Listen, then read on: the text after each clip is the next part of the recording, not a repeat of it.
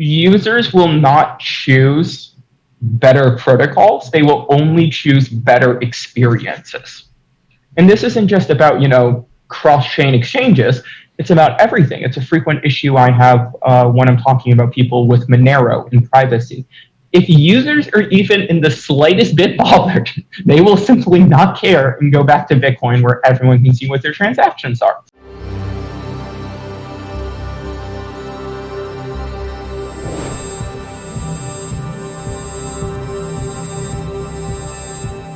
This podcast is sponsored by Coin ATM Radar. When buying crypto with cash, an ATM is much more reliable and safer than meeting some random person in a random place. And unlike an exchange, which could freeze your account, you truly own all the crypto you buy. With Coin ATM Radar, you could find crypto ATMs and other services where you can buy and sell cryptocurrencies for cash. On their website, you can search by coin, address, if the ATM supports selling as well as buying, and you can also search by geo area, country, state, city. You can also check and compare actual current fees at different ATMs. If you want to find out more, head over to coinatmradar.com, which is coinatmradar.com. Hey everyone, I have the fantastic pleasure of interviewing the one and only Luke Parker, at least the only one I know of. How's it going, man? It's going well. How are you? I'm doing pretty good. Been very busy this week, but definitely worth making time for this discussion because I've been personally very curious about the cross-chain space. I've been a multi-coiner of sorts for many, many years, since the early, I guess, CeFi Shapeshift days. Huge user of Shapeshift back in the day. And then when THORChain burst onto the ChaosNet age, I started really using that. Since the ChaosNet days, then got into the Maya protocol, and then I've been made aware of ChainFlip. I haven't gotten the chance to use them, but then I know Serai was always something that was sort of mentioned in the background, so I really figured like this is a conversation we really need to have and get promoted. So why don't you just introduce yourself and how you got into crypto? Yeah, sure. So my name's Luke Parker. I'm also known as Kayaba or Kayaba Nerve online. I got into crypto when I was 15 or so. I was at the time trying to do jobs over the internet, just do some basic coding, like writing scripts on Fiverr and so on. And it was both really difficult to find jobs and really difficult to get paid for my jobs. Because it's like, make a PayPal. My PayPal was closed. I was under 18 at the time. Yeah. And then I found this one project, and they're like, oh, yeah, we'll just send you some of our token, which you can swap for Ether, and we'll give you $600 if you write this code. And I looked into it, and it's like, oh my gosh, Newegg supports this. I can get computer parts with this magic internet number in front of me. Fantastic. And that's really what set me down into cryptocurrency. It was actually the currency part of it, just the fact that it was a functional, quick, and easy way for me to send and receive money. And it's that for me to this day. Every time I want to pay someone, I'm like, please don't make me call my bank. I am going to have to download a PDF. I'm going to have to fill it out. And at some random time over the next 24 to 48 hours, they may or may not give me a call to confirm. And if I don't pick up then and there, it's going to be delayed. Please do not make me do a wire transfer. Can I just send you some USDC or Ether or something? So to this day, I really appreciate the currency part of cryptocurrency, but I also appreciate the crypto part of it, the fact that it's this verifiable and trustless system. So I've kind of come full circle on crypto and currency. Yeah, well, it sounds very aligned with the space, and it's something that I think it's one of those early things where for people need like a reason to really care about this a lot of times, and that reason is just being completely excluded from the financial system in this case. And eventually, I've found for people who use crypto for daily payments of any kind or regular payments, it's just hard to go back after that. It's hard to like not see the value. And so that takes us to Serai, right? So we have THORChain kind of came out as the big cross-chain AMM DEX that just basically offered more or less that simple shapeshift style experience, old school shapeshift style experience. If you click, you have one coin, you get another one. And it used to be an Ethereum thing that with Uniswap and stuff, you could do that with tokens, but only in that closed ecosystem. So THORChain did that. THORChain's the big one. I was interviewing Chad a few years ago, and he offhandedly mentioned some friendly fork called the Maya protocol. I'm like, wait, there's more? And so I just jumped and chased after that. And then, so I start to hear rumors of Serai. And one thing I noticed in particular is for the longest time, the THORChain community or leadership or whatever you want to call it seemed to have like a hot and cold relationship with Monero in particular. Basically privacy enhancing anything, but specifically Monero. And it seemed like both the hottest commodity and the least desired asset at the same time, in a weird sort of a way, from an external perspective at least. Who knows what's actually going on behind the scene. But then at some point, that will you or won't you kind of thing seems to have just given way to it'll happen on Serai. So would you mind giving a quick breakdown of Serai and how you decided to arrive at going into that? Sure. So a few years ago, probably about 4 years ago, I was working on my own cryptocurrency, and something I try to say every single time this comes up. I did not accept donations from it. There was no ICO, there was no IEO, there was no pre-sale. So there was no financial involvement other than the time and money I put into it myself. So it did end up not launching. I did end up walking away from it, but it's not like, oh yeah, we raised 10 million and I got a villa, but oh guys, sorry, the project failed. We're shutting it down. Yeah. No, it was a lot. yeah, it was a development effort, but I explicitly didn't even take donations because I understood it may not come together. And if it came together, I didn't want to disappoint people or have people, quote unquote, on the line regarding their finances. But as part of that, I always felt it really important that no matter what, decentralized exchange of it could take place. So at the time, that meant doing atomic swaps. And I was just like, no matter what, we need to support atomic swaps with this. I don't want to add full programmability like Ethereum. I don't want to add partial programmability like Bitcoin. But no matter what, it needs to support atomic swaps. Because that way, everyone can at least get in and out of it. It was just this really basic requirement, I thought, for cryptocurrency.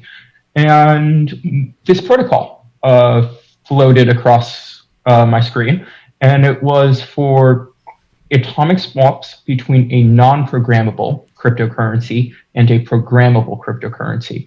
And this was innovative because prior papers were between programmable and programmable cryptocurrencies, not necessarily fully programmable like Ethereum, but at least like Bitcoin or similar.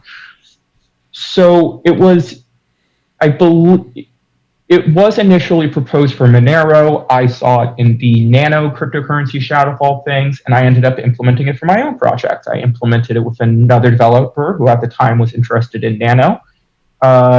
So we did the initial integration in a very modular way. We did it for my project, then they did the Nano integration, and a few days later, I did the Monero integration because this protocol was originally posited for Monero, and I'm like, least I can do is include them in it.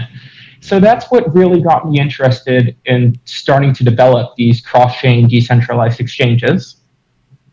And after my project wound down, I really wanted my next thing to be a decentralized exchange. I just really loved atomic swaps, and I really wanted to allow people to enter and exit ecosystems in that way.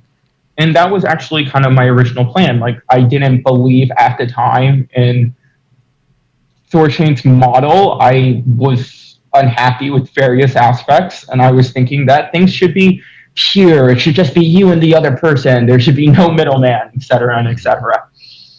And the reason I ended up coming around is part of a larger belief I have now, but users will not choose better protocols. They will only choose better experiences. And this isn't just about, cross-chain exchanges. It's about everything. It's a frequent issue I have when I'm talking about people with Monero and privacy. It doesn't matter if Monero is the most private cryptocurrency out there, because the moment someone has oh, well, you need to back up your view key and you can never give this anywhere. And when you send, you have to solve 10 minutes of math puzzles and please wait 5 minutes for proofs to generate. Obviously, this is an over-exaggerated view of Monero. I actually quite like the Monero wallet experience these days, but it doesn't matter if you have this perfect privacy protocol. If users are even in the slightest bit bothered, they will simply not care and go back to Bitcoin where everyone can see what their transactions are. So Monero, with regards to privacy, has made great strengths on this, and I actually do like the modern Monero wallet experience. But as that commentary applies to privacy, it also applies to cross-chain decentralized exchanges. And that if users have to wait half an hour for their exchange to complete, as they might with atomic swaps, then they're not going to come back to your exchange platform. The benefit of this over-collateralized multi-sig design is that users simply send a transaction, and half an hour to an hour later, they can expect the corresponding transaction to have been sent. And it just offers a dead simple user experience that users actually want. So even if I personally appreciate the protocol behind atomic swaps, how trustless it is, how many security guarantees you get, I could build an amazing atomic swap platform and users wouldn't care. So I decided to make the compromise, build something users would actually go to, but it's still miles better than centralized solutions. Yeah, absolutely. And that's something that it's the ultimate dance with the crypto world of like, do you run your own node? Do you run it over Tor? Do you, make sure to with the Bitcoin world, right? Have proper UTXO management to make sure something doesn't work. And then what about your OPSEC? Do you run everything on Linux? Do you have graphene on your device, like your mobile device? Do you there's so many levels of how nerdy this stuff can get for people who love it, right? But then the average person just needs to work, and having that option is kind of definitely there. And so I do know atomic exchanges have been around for quite a while in crypto. They're nothing new, and I never really remember them taking off in a serious amount, in this serious volume. So it does kind of support what you're saying about they just want it to just work, and you hit a button, coin goes in, other coin goes out, kind of works. So so that basically led to your interest in pursuing a Serai model, right, after the THORChain model. So is it kind of, I guess, fair or accurate to say that you decided to pursue this project as a whole just to make sure that some coins like Monero had a experience on an exchange like this, or is it a little bit more nuanced than that? Yeah, so Monero is a very notable reason I moved forward with this. When I first started Serai, it actually wasn't when the Haven integration, when it came to the Monero integration, there were actually two different attempts at integrating Monero into either THORChain or a fork of THORChain. There was the originally proposed integration that was a work in progress by the Haven team, which technically was not an integration for Monero, it was an integration for Haven, their fork of Monero. But with it, it would have set the precedent and done all of the development on what is effectively a Monero integration. So would have been an easy transition from it being a Haven integration to it being a Monero integration. At the time, the Haven integration wasn't even canceled yet. It was still an active discussion. I think it had just reached the phase where the Haven team was announcing that they had it running on their internal testnet. And that's roughly when I actually started work on Serai, because I did review the Haven integration at the time. I saw issues with it. I actually kind of let a few people know of the issues I saw at the time. And I thought I could build a better integration. So that's kind of where Serai started out. The obvious question would be, well, if you just believed you could do a better integration, why not do that with THORChain? There are many design decisions I personally disagree with in THORChain. So for me to go through all of this effort, I wanted it to be for a platform I could unilaterally recommend and not have any hesitations about. Yeah, that makes sense. So yeah, that's kind of why I started my own project, which has made several different design decisions, but also has taken much longer to develop. Yeah, of course. So real quick, would you mind kind of going over some of those design differences? It's been one thing that like I'm most familiar with the Maya protocol, and they seem to have done very many things very similar to THORChain, but a few tweaks such as the liquidity model and the coin issuance model being like a really big one, and some other things like that. So what are let's just start with the THORChain template, like the boilerplate. This is what we're starting with. How is Serai meaningfully different? What design differences are there? Yeah, so quite a few things. We can start as simple as economics. THORChain obviously launched their token before they launched their chain. They started out with, I believe, a 1 billion supply, then they ended up burning half of it to 500 million. I believe of that 500 million, they had, various allocations for the team, investors, certain initiatives, so on and so on. And then if we move over to what Maya did, Maya actually did a fair launch of cacao, yet there's additionally a Maya token which earns fee revenue. And that, I'm not entirely sure the exact distribution of, but I believe the team has a notable percentage of it. And their argument for that is, the team built this, and if it becomes a successful platform, only then does the team get rewarded. I actually can respect the ideas there. For Serai, it's a fair launch entirely, not just for the Serai coin, yet we don't have a second coin that's been pre-mined. At every chance to remove centralized actors we have. So there's no token available ahead of time, there's no pre-mine, there's no dev tax, there's no dev fund, there's no pre-sale, IO, ICO, etc. So just that simple premise already changes quite a bit. The next one is going to be how our token is initially, or how our coin is initially distributed. It's a bit complicated to explain briefly, but I'll try my best. Okay. We are using symmetric liquidity like THORChain with regards to the fundamental underlying liquidity pool. It's symmetric liquidity. You have to add both, say Bitcoin and Serai. It's not concentrated liquidity like ChainFlip is. So obviously when the network launches, if no one received any Serai, there's no pre-mine, there's no sale, no one can add liquidity because they don't have Serai to add liquidity with. So our solution is for the first month, that's the current proposal, anyone will just be able to add Bitcoin. And the Serai portion of that will be airdropped at the end of the month, and this will form our Genesis liquidity. Sort of similar to Maya in that regard, with one distinction being it's actually not locked up. Users are able to remove their liquidity at any time. But if they remove their liquidity, they don't get the airdrop Serai portion. They only get the initial Bitcoin they added and whatever has been earned on top of that. So that is partnered with another mechanism where now that we have launched our liquidity pools, the obvious goal is to become economically secure.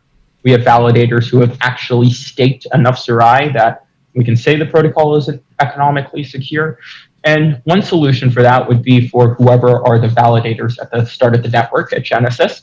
Yeah, we can just print them a bunch of Serai and give them, 60% of the total supply as needed to economically secure it and say, that's fine, and call it a day. Yes, I do not want to give 10 of my friends 60% of the supply. Yeah. So the next question is like, how do we make it a fair, decentralized process anyone can participate in? So the idea there was anyone would be able to send Bitcoin into the protocol, and that would mint new Serai for them to use as stake. The reason for this is they could swap to their Serai, which they use as stake. That just really messes with the ratios in the pool. Just to try to use my hands a bit, hopefully this goes well. Yeah, if we have this much Bitcoin and this much Serai in the pool, if a user swaps in Bitcoin for Serai, that adds some Bitcoin and takes out Serai.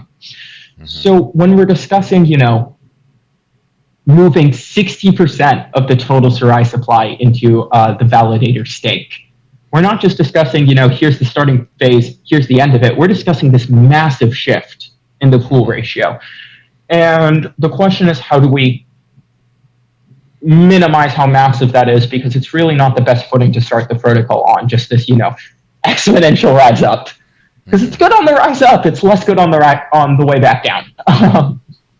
So we came up with the idea, what if instead of validators getting their stake from the pools, they just get their stake from freshly minted Serai, because that will have less of an impact on price and provide us with much better footing. So they send Bitcoin into the protocol mints Serai, and that Serai is what is used for their stake. And now the protocol has this extra bit of Bitcoin laying around. The plan for that is actually to form protocol-owned liquidity. So if we have, here's the pool and we have some Bitcoin, the protocol will take some of that Bitcoin and swap out a bit of Serai, and then it will add that Serai back as liquidity with the rest of the Bitcoin. So the Serai amount in the pool remains the same, but we've increased the Bitcoin. So technically, yes, the Serai price has gone up a bit, but notably, the protocol has formed protocol-owned liquidity, and all of the existing LPs actually are bought out of their Serai as this protocol-owned liquidity forms, because we're actually swapping in Bitcoin for their Serai. So it has a few very interesting effects, from technically making Genesis LPs short Serai.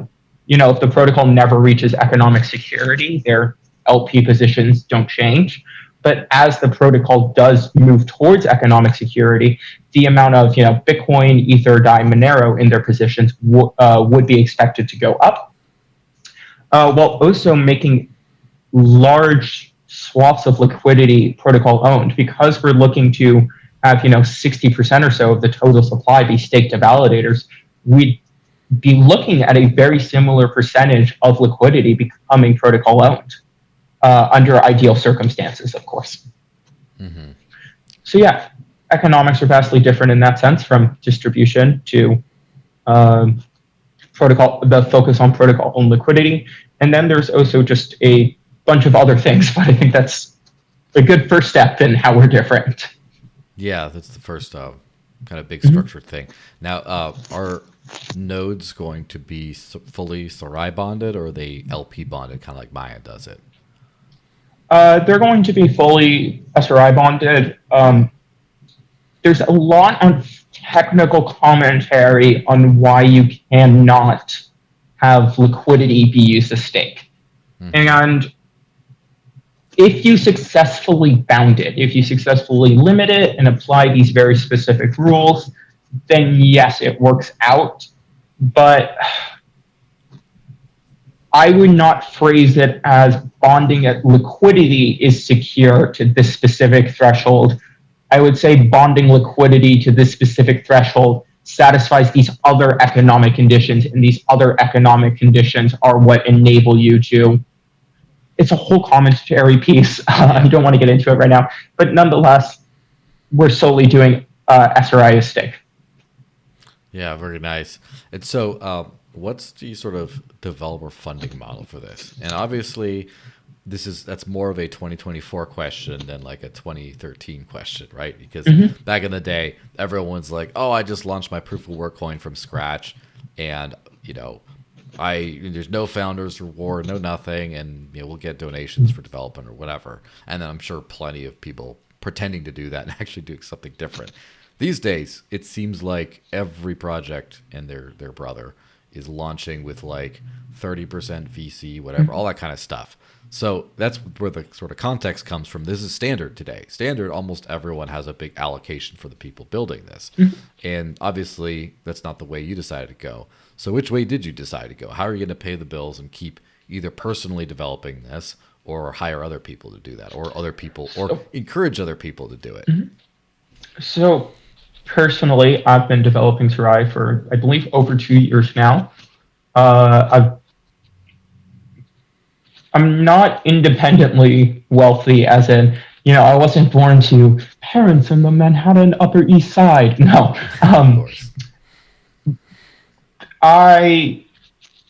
Earlier I talked about how I first got into cryptocurrency because as a teenager, I was trying to find work as a developer, and how I could spend the $600 I earned on computer parts. That was actually the first PC I built. It was It's $600. So it's not like I didn't have a computer as a kid.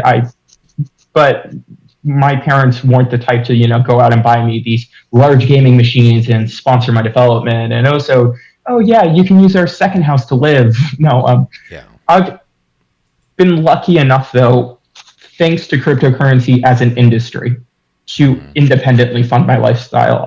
I personally work as a security researcher.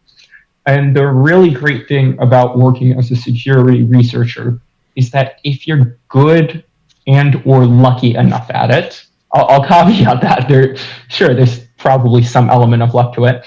If you're good and or lucky enough, you can just put in, a very small amount of work for a very large amount of time to live and not be bothered by money. And you can see this where if you go on Immunify, the top bounty right now, the top bug bounty, if you find a critical bug, they'll pay you this much, is $15 million. Yeah. If it takes you 3 months to review a code base in its entirety for the project we're discussing, and you do happen to find something that would be the luck and or skill factor, you get $15 million for 3 months of work. I think that $15 million might set you up for life. So yeah. Yeah, Not the way the money printers are going these days, but thankfully we have better storage value than fiat. Yeah. So thankfully, work as a security researcher can be quite lucrative, and I have been able to take that for myself and choose what I want to spend my time on. I can choose to spend my time developing Serai. I can choose to spend my time contributing to Monero. I can choose to spend my time picking up unrelated development contracts. Some of my work is security research. Sometimes I do actually seek funding for the work I do on other projects. But thankfully, I've personally been able to contribute to Serai. And not only that, I've contracted one other developer who does work on Serai.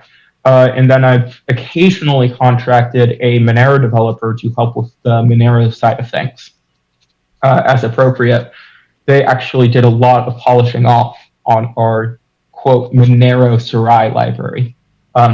It's literally that, Monero-Serai. It's a general purpose Monero library we built in order to integrate Monero, but it's not exclusive to Serai. It is actually meant to be a public good for the Monero ecosystem and something anyone can integrate Monero into their product or service with. So, yep, I've contracted them to help out there because there's a lot of details to it, and it would be great to not get any of them wrong. So, yeah, I've been able to not only manage my own lifestyle, but to bring on a couple of other developers and also pay for audits. So, I don't personally plan to change that soon, but obviously, if we're discussing, 10 to 20 years out, me personally paying for everything is not the most sustainable model. It definitely follows the old cypherpunk ethos of what's a pre-mine? Just ship your thing. Just put your code out there, deploy the project at the end. What I'd hope to see develop is a donation-based system actually similar to the one Monero currently has. Monero does have a community crowdfunding system where anyone who wants to get paid for their work on Monero can submit a request for funding, say the work they want to do, and then anyone can send them funding for it. And with the CCS, it's held in escrow by a few trusted community members. And then as milestones are completed, they're paid out. So I'd love to see something similar developed for Serai. There's other funding platforms within the Monero ecosystem, which are more just donation-based. There's no this escrow middleman. I'd love to see some of those set up for Serai. And I'm hopeful enough people like the project, believe in the project, or have enough financial stake in the project that they'd be willing to put in the time and or money. And then I do personally believe I'll likely start accepting donations after the project launches. I just don't want to do so beforehand because I don't really like accepting money for things that aren't complete, And I do plan to complete Serai. I don't know what I'd do if I didn't. But, I could step out on the street tomorrow and, oh no, car accident. And I don't want to have taken people's money if that's what's going to happen. So until it's done for certain, which means it's actually done, I don't want to take any money for it. Yeah, it's so you know how THORChain and I think Maya as well have a system where you have I guess affiliate revenue or whatever when you do a swap, some of it goes Oh, to the interface. yes. So maybe that's always an idea of like maybe obviously it's voluntary, right? But you could encourage a lot of main Serai interfaces to maybe have something to for developers or something like that. That could always be an interesting thing. Yeah, we do plan to have an affiliate fee on swaps, and if UIs are noting, hey, this is a very profitable integration for us, and they do want to, share the love, yeah, I'd be happy for them to do it. Yeah, and another thing when you mentioned the donation thing reminds me of the flip starter idea of Bitcoin Cash, where it's a similar like per project crowdfunding, but also has a automatic refund mechanism if the threshold isn't reached by a certain time. And Oh, so nice. it's kind of like, crowdfund plus that little bit of less, okay, I donated like a bunch of money, but no one else did, and the project can't get going, and I still lost my Yeah. money kind of thing. There's definitely a lot of projects which have had, similar systems. I mean, you can even point to Dash, which enshrined their development work funding via, anyone being able to make a proposal to receive part of the block reward, or rather a specific amount from the block reward. I won't claim to be fully up to date on Dash's, masternode governance, but to say that yes, Dash enshrined this DAO into their protocol, which can issue funding. And I did actually consider a DAO within Serai itself, because that would still be, decentralized and not just here's my address, it gets 20% of the block reward. Yeah. But unfortunately, DAOs are not only highly debatable already, there's a lot of people who love them, a lot of people who hate them, yet there's definitely regulatory scrutiny tightening down on them. So Yeah, for between sure. how debatable they already are, between how complicated it would be to implement, because bad implementations are really easy to implement, good ones are harder. Yeah. I just decided to kind of wash my hands of that idea and say it's best to leave it out. Yeah, that makes sense. It's there's a million ways of doing something like this, and that's kind of just a second. That's maybe a secondary part is like how do you get funding to keep on developing rather than the core product, which is sort of the real thing. So like I assume it works the same. There's a lot of similar features that will be kind of in the rest of the cross-chain ecosystem about provide liquidity, you get fees for liquidity provision. What about other products like the savers functionality that THORChain has, and other kinds of bells and whistles other than just swapping? Is that something that's a focus Right. or not? We definitely have bells and whistles compared to THORChain, but compared to just swapping, that one I'm not sure about. Personally, this has actually been over Twitter for like the past couple of weeks. It may be at its kind of boiling point in this drama cycle about THORChain's lending risk and will it go to zero? Is it the next Terra Luna? I think even like 1 or 2 days ago, the THORChain Twitter account tweeted I want to say letter. It was in a letter format. I believe they tweeted an image of a document just to get a very long tweet out there. I'd have to double check. But they wanted to clarify how the lending mechanism works and how it is both. Yes, it is Terra Luna, but no, it's not the death that fell Terra Luna. Personally, I don't believe in the algorithmic model. Just to give a very summary statement of it. I am not here to run away and say, THORChain, I'm not here to shout, oh, THORChain, you'll definitely lose all of your money. It's going to death spiral. But I believe it works until it doesn't. There are a bunch of attempts at this from smaller projects to Titan to even Terra Luna, which got to, I believe, the top 10 of all cryptocurrencies by market cap. And it worked so well until it collapsed. So there may be a system of bounds that reasonably prevent it from so spiraling, and THORChain may have found that series of bounds. Yet it's not something I want to introduce into Serai and not something I'd ever advocate for. I think what we would be much more interested in is anything from infrastructural improvements, such as, concentrated liquidity, order books, uh, more decentralized ways of scaling. And that would be, in the future, of course. I'm not promising any new features now. We have to launch first.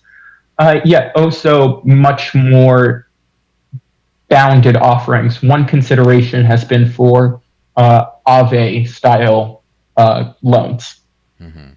And you can say it's not exclusively Aave. You can also say it's Compound. You can also say it's, to some extent, Maker. But regardless, the idea that, yes, we establish price oracles over our coins, and then we let anyone lend out their collateral and also take loans on their collateral. So that could be one way that we're looking to expand, but I don't believe we would do so in an algorithmic fashion. Mm-hmm. Yeah, that makes sense. And the algo stuff, I never looked too closely into Luna, like semi, and I did have some just to play around with it. And then I remember going to zero. I got like 20 cents on the dollar out of USD at the UST, but that sounds better than most people. That's better than most people, and it was not a significant holding at all. It was just a playing around. So I'm not crying, buyer beware. I'm not. I got scammed and rug pulled.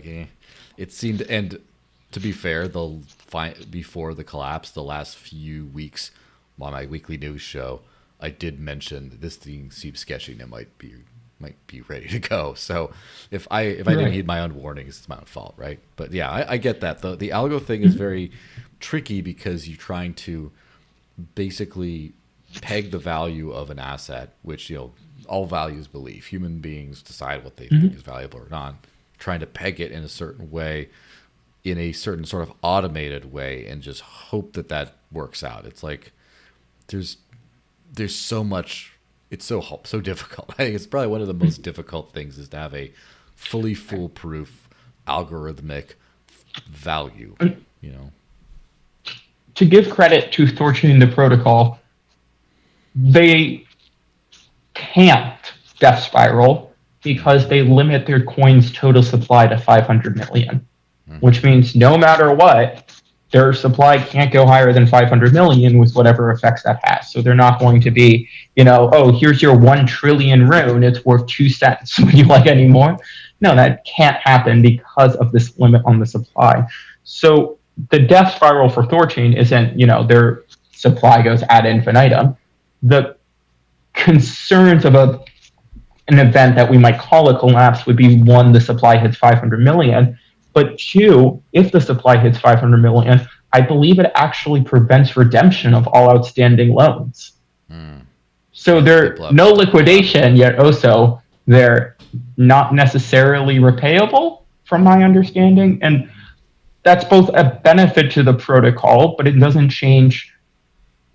There is still significant risk, despite this hard bound of a 500 million supply, and that there is also risk to the users. And those are all things I want to be very careful and mindful about.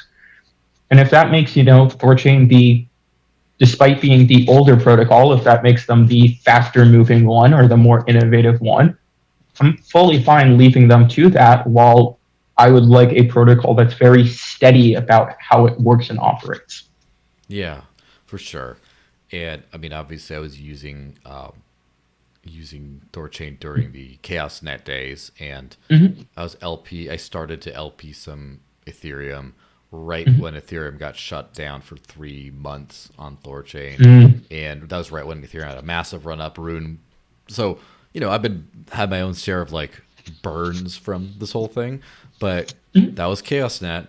Then we got mainnet. Then we got mainnet plus Maya. Now we got plus ChainFlip, and soon enough, plus Serai, and who knows if there's going to be another one after. So the ecosystem risk of THORChain having a serious problem is now much less, in my opinion, because we have all the other entities out there that are swapping things. Of course, it's not going to be good, but whatever. So on that thing, where do you see the cross-chain space kind of going more generally from here? So obviously THORChain came out with like the boilerplate, the big offering, the whatever, integrated initial beta chains, and then started becoming aggressive with features. Now they become very timid, and this is, a lot of communities have gotten sort of burned by this, maybe very timid in adding new chains and not timid in adding new features. And then you've got the Maya protocol, which sort of follows up a lot of what THORChain does in terms of the tech and the features, but has become much more aggressive with chains, with adding different chains. Just like, sure, we'll add a bunch. And so ChainFlip, I'm sure, have got their own strategy. I'm not exactly sure what that is. And so first off, I guess let me preface that. First, what's Serai's chain addition strategy? Is it going to be, which chains are you starting out with? And then what are the thoughts as far as the future? Something I'd really love to hone in on, actually, is more of the technical details of this. Serai isolates each of its networks. Not in that they're isolated from market effects. Obviously, they all have, pools on the Serai execution layer, and all of those pools are against Serai. But we can actually have several different networks with completely independent sets of validators for them. And this actually does require working with the economics a bit. If you just do that and walk away, you actually open yourself up to some really critical attacks. So it requires a lot of being mindful. But if you do it properly, it means that we can add new chains without burdening any of the existing validators and without creating a setup that is so complex you need a data center to run it. Okay. This is one of the recent discussions with THORChain and integrating Solana, as it is with anyone who wants to consider integrating Solana. Of course. It's an incredibly heavy node. It takes a lot of resources, and all of those ecosystems in THORChain and Maya and in ChainFlip, the expectation is somehow everyone independently sources a full RPC for it. ChainFlip is a bit different. They don't actually explicitly expect validators to run their own nodes. They just expect validators to provide RPC endpoints. So with ChainFlip, validators are actually explicitly allowed just to sign up for an Infura or QuickNodes account and go with that. I don't personally appreciate the security of that, but regardless, that's how ChainFlip, one of the ways ChainFlip is managing this and reducing resource requirements by allowing validators to outsource their RPCs entirely. But with THORChain and Maya, the expectation is that every validator starts running a Solana node at home, and that is quite resource intensive for every existing validator. Technically, THORChain is considering outsourcing their RPCs due to this exact consideration. So THORChain would be adopting the ChainFlip style, but that would be novel for THORChain to do. If THORChain decides to go through with that, it would be novel to their past integrations, and it would be the first usage of this new security assumption within the THORChain ecosystem. With Serai, it's different in that instead of requiring everyone to run a Solana node at home, we only have to ask who here is willing to run a Solana node at home. And that might be, people who are staking on THORChain, staking on Serai, also staking on Solana, and they just already have a Solana node ready to go.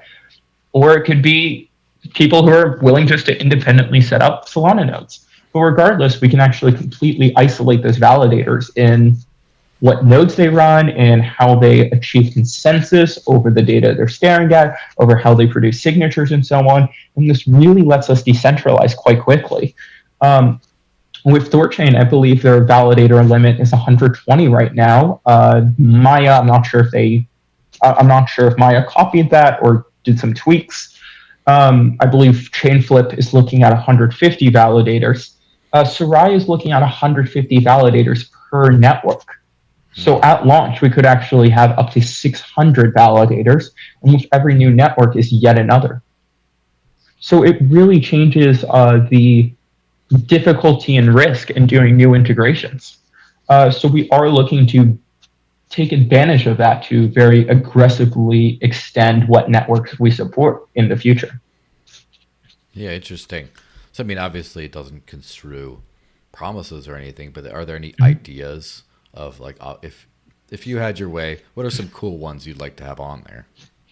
Um, so I'm not confirming any integrations until after launch, and I appreciate you saying no promises because I'm not going to give any Of course. promises. My stance has been that we have to launch and not increase our scope before launch. Mm-hmm. What we launch should be a quality product. I'm not, or quality service, depending on how you view it. I personally don't aspire to have, Chaos Net or mainnet beta or what did Tezos calls there? Did Tezos use the term beta net? I forget, but I don't remember. That was a long time ago. when we release mainnet, I do want it to be the mainnet. So there's a lot of moving pieces there, and they all have to be done properly. And with that, I don't want to take on more of a burden, or even agree to be taking on more burdens. We've had the common suggestions, Litecoin, Bitcoin Cash, some chains that are a bit quicker and cheaper than Bitcoin and Ethereum are right now. Um, Cosmos is a very large ecosystem, so I think it's kind of obvious we would want to get something in the Cosmos ecosystem. Polkadot is also its own notable ecosystem, and it's quite distinct from Ethereum and Cosmos. With Cosmos, everyone's deploying a new chain because that's the premise. Anyone can deploy a chain and move on, and they're all networking with each other, and then they are also networking with Ethereum. I believe Nomic is trying to integrate Bitcoin into the Cosmos. Polkadot's distinct in that you can launch your own chain, but you have to pay a fee for it on the Polkadot blockchain itself. So Polkadot has this entire ecosystem of blockchains, yet they're all much more interconnected and less free form. So while there have been attempts at integrating, Polkadot with Cosmos, Polkadot with Ethereum, there is a Polkadot and Bitcoin service. Polkadot has been, I'll go with, underserved by the ecosystem at large, and I would think Polkadot would also be a notable target, just like the entire Cosmos ecosystem would be. Personally, and this is my personal thoughts, I just really like privacy. I just really like good coins doing good things. Yeah. So if I don't want Serai to be exclusive to privacy coins, but yes, if you say, oh, by the way, our coin is fully private, I will be more eager to move forward with it. So there's been a few privacy coins. I keep in touch with the Haven team, who originally tried to get integrated onto THORChain. When that didn't work out with THORChain, but Serai moved forward and said it was going to do Monero. Obviously, that was a natural conversation to start. Firo is a privacy coin from way back in the day. It used to be Zcoin, if you know them as that instead. So Firo recently launched a new privacy protocol I quite respect. Zcash, with the latest update, has removed the trusted setup and just does a really nice privacy protocol, so I respect their work as well. And all of these coins I kind of, again, think are underserved by our ecosystem. So it's really going to be about who makes sense for us to reach out to, who has quality technology or large communities, but is underfulfilled at this time. And how can we make things better? Yeah, I mean, that sounds perfect. And it's THORChain, obviously. Building bridges. Yes, THORChain obviously had, the started things off and had their own spate. And then obviously the next series of chains of protocols start to look into alternative chains, filling the gaps in, and now we have quite the wide ecosystem. Now, have you thought of doing liquidity pools for the native tokens of some of these other exchanges, like say Rune or Cacao or something like that? Right. Yeah, because that's all the end goal is, we have Maya supports Arbitrum and no one else supports Arbitrum. Well, you can do a Monero to Serai to Cacao to Arbitrum swap, or rather, Ether on Arbitrum. Yeah, so ChainFlip would be one option for us, just because the technology is already, let's go with compatible. There are different signatures that different blockchain protocols use.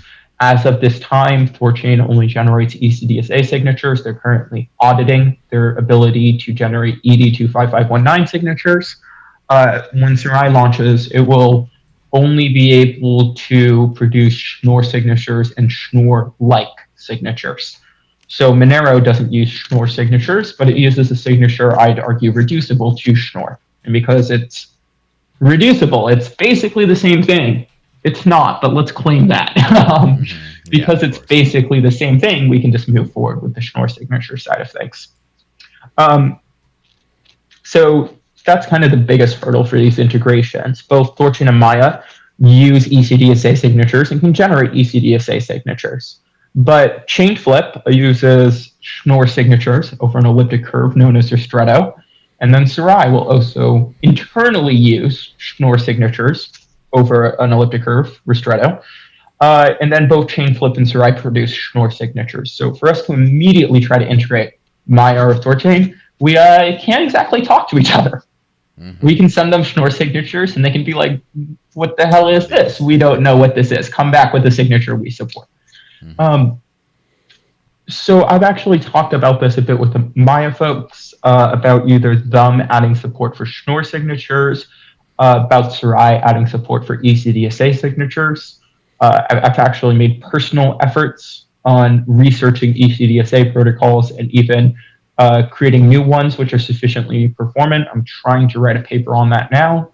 And then there was actually one other option for Serai and Maya not to integrate with them adding Schnorr signature support or us adding ECDSA signature support, but for us to use IBC to connect to each other. So I won't claim that there's any, definite ideas here or any plans moving forward, but yeah, it actually is something I've considered, and I've talked a decent bit with the folks over at Maya, and it's something I'd love to see in the future. Yeah, for sure. Now, do you think this curl cross-chain space is going to start to obsolete maybe the centralized exchange world, or do you think that maybe that's a little too premature to start hoping about that kind of stuff? Obsolete the decentralized exchange world? Or the centralized exchange world, like the Coinbase. Sorry, I may have misheard you there. All that kind of stuff. I mean, I can obviously dream for a future where there's not some one dude laying around in their apartment who can suddenly decide, my life would be better if I stole $100 million of Bitcoin today. Yeah, that would be great if there was no one in that position. And decentralized exchanges did completely replace centralized exchanges. I'm not sure it will ever happen. The main reasons why I would point to, fiat off and on ramps. It's not that there aren't solutions for fiat off and on ramps. BISC, if you're in the Monero ecosystem, Haveno is launching soon. What was local Bitcoins before it was shut down, local Monero. I think Paxful was a thing. And then I think they stopped supporting Ethereum after insulting it. And then I think they went bankrupt like 3 months later and shut down. I have to get back to you on that one. It's a really ridiculous story now that I think about it. Regardless, it's not that there aren't peer-to-peer fiat on and off ramps, because obviously, THORChain and AMM does not have a bank account and cannot do a wire transfer out to you. But I think the fact that there are centralized exchanges, and that one of the main reasons for centralized exchanges originally was to build past these peer-to-peer systems, shows that they're at least probably going to stick around for fiat on and off ramps. And if a user already signs up for a centralized exchange and is already using it to move USD on and off, I think they'll also probably still offer crypto to cryptocurrency swaps, because why should this user get their own wallet and learn what a private key is and write down their seed and learn how to use THORChain when they can just make a few more clicks on the website they're already using? So I don't see centralized exchanges disappearing anytime soon. Even with the adoptions of cross-chain decentralized exchanges, there is a wider chance that centralized exchanges integrate with cross-chain decentralized exchanges. I know that's a future THORChain likes to promote, but between the latency of that and I don't think a centralized exchange would ever actually do that. That's more something an OTC desk does. If a centralized exchange is operating honestly, they don't need to buy back coins they're missing. They don't. They. It doesn't matter what their order books are doing. They have all of these coins in reserves, and if they're being honest about it, they're not touching them. So they don't need to do any swaps with them themselves. So no, I think centralized exchanges will stick around, but I'm very hopeful that decentralized exchanges can provide a lot of safety and take a lot of the responsibility for people who use cryptocurrency more and more. Yeah, that makes sense. Well, this has been quite the enlightening chat. Where can people find out more about you and follow Serai's progress, I should say? Yeah, Serai.exchange is our website. It has links to, GitHub, Discord, Twitter, Matrix, all of the good stuff. We actually, just before coming to record this, I announced the launch of our next testnet. So we're currently soliciting people for that. By the time this episode actually airs, it might be too late to join as a participant, but progress is quickly coming, trying to move closer and closer to launch, polish more things off, and say we're ready. Twitter, Serai DEX, DEX. You can also find me on Twitter at Kayaba, Kayaba, Nerve. And yeah, I think that's the high points for where to find us. All right, perfect. Well, yeah, thanks very much for chatting me. Man, I need to drink some water or something. I've been stumbling over some stuff. Thanks very much for chatting with me today, and I hope you have a great one. Thanks for your time and the invite. It was great to do. Yeah, absolutely.